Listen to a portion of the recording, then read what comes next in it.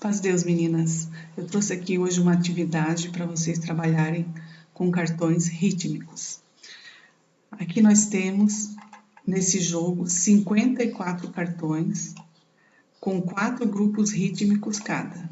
Então, todo cartão ele tem 4 grupos rítmicos, sendo 27 cartões duplicados. Então, cada cartão tem o seu parzinho, tá? O mesmo grupo rítmico.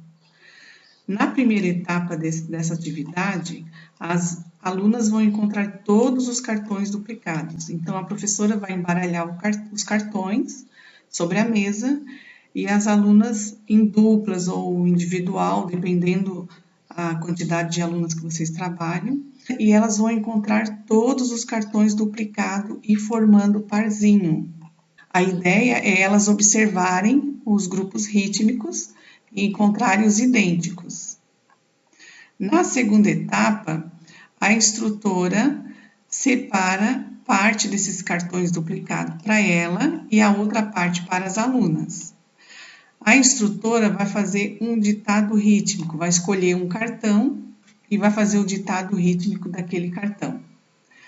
As alunas vão tentar descobrir qual é o cartão que tem o mesmo grupo rítmico que a professora está ditando. Então, se elas encontrarem o mesmo cartão, elas vão formando o par. Aqui nós temos todas as instruções do jogo, o PDF, né, são 54 cartões.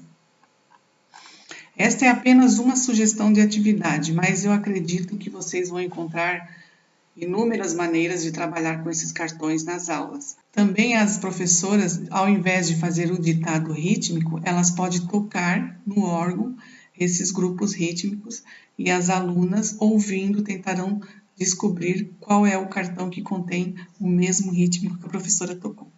Deus abençoe a todas.